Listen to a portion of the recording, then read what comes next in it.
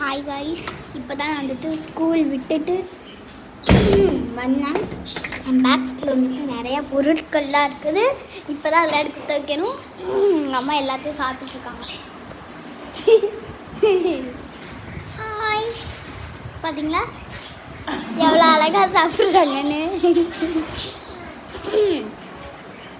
இருடி, ஹாய் சொல்லு. இப்போ என் பேக்குள்ளேருந்து நிறையா பொருள் எடுக்க போகிறேன். ஐயோ சாரி, தள்ளி உட்காரேன். நீ எதை பேக் வைக்கிறேன்னு தெரியுதுல்ல. அடிப்போ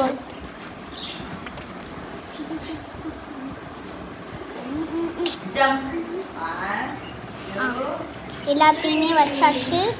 உங்களுக்காக எல்லாத்தையுமே வச்சுருக்காங்க. என்ன பண்ணுறதுன்னு தெரில. முன்னாடி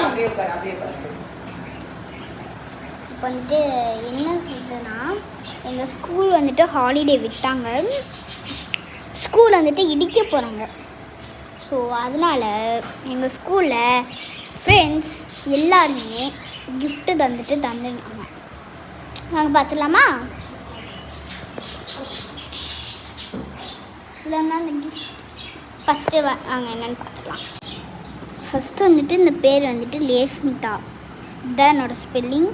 திஸ் இஸ் மை இனிஷியல். ஒன்று எடுத்து வச்சிடலாமா? இது வந்துட்டு துளசி ராணின்னு என் ஸ்கூல் ஃப்ரெண்ட் கொடுத்தா. தெரியுதா? இந்த கிளிப் வந்துட்டு பார்த்திங்கன்னா என்னுடைய ஒரு பெஸ்ட்டு ஃப்ரெண்டு கொடுத்தா. கிளிப்பு தூக்கி எங்கே வச்சிடலாம். பெஸ்ட்டு ஃப்ரெண்டு கொடுத்தா. வந்துட்டு ரிதான்ற ஒரு ஃப்ரெண்டு கொடுத்தா. க்யூட்டாக இல்லை?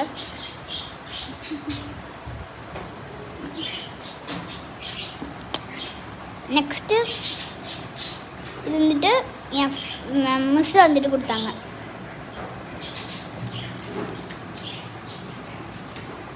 இதுவும் நான் சொன்னேன்ல, இந்த கொடுத்தது அதே ஃப்ரெண்டு தான் அந்த இது கொடுத்தா. கீச்சைன்னு நான் அந்த கீச்சன் கழட்ட மட்டும் அப்படி தான் வச்சுருக்கேன்.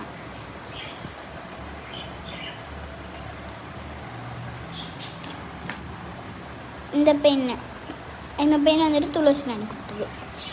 இந்த 5 ரூபாய் காயின்னு தனிஷா கொடுத்தா. இந்த கிளிப்பு அவள் தான் கொடுத்தா. நெக்ஸ்ட்டு கடைசியாக வந்துட்டு இந்த புக்.